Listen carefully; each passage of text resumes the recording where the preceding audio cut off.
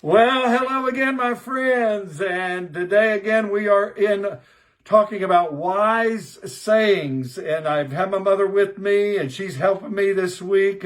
She's got a lot of wisdom. She's gray-headed.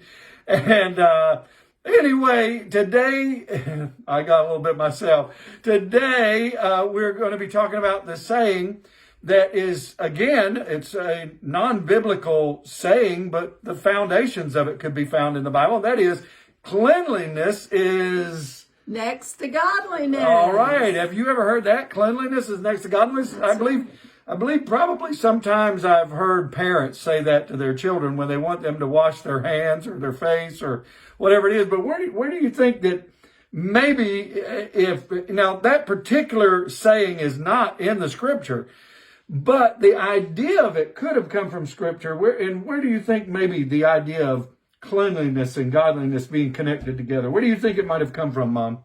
Well, I think it came from clear back in the Old Testament in the Pentateuch, where the Lord gave commands to the children of Israel, and he told them to be clean, and he said, "Be ye holy, for I am holy." So in other words, that it was more of a heart issue, or it actually probably became a heart issue of being pure before God, correct? Well, certainly that it was involved. That certainly was. Well, there's another saying that is biblical that I want to talk about, and I believe it's a heart issue, and that is, am I my brother's keeper?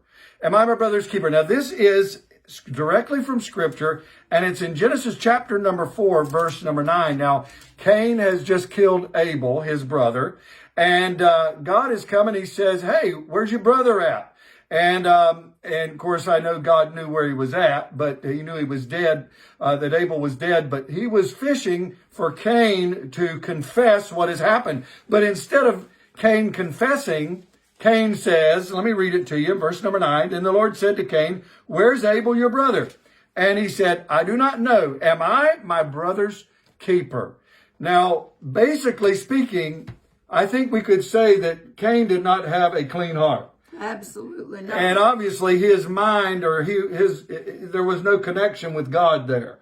And so I believe that we see in this story how even in the very beginning, how sin crept in. And if we don't have a pure heart, if we don't have a holy heart, we are capable of doing some atrocious things. Absolutely.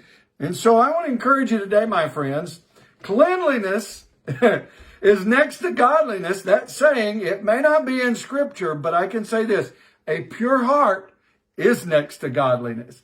It is godliness. And so I encourage you to have a pure heart.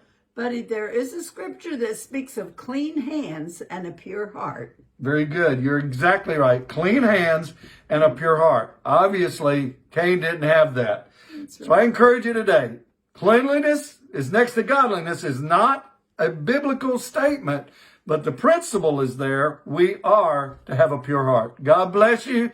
We'll see you back tomorrow. Bye-bye. Bye-bye.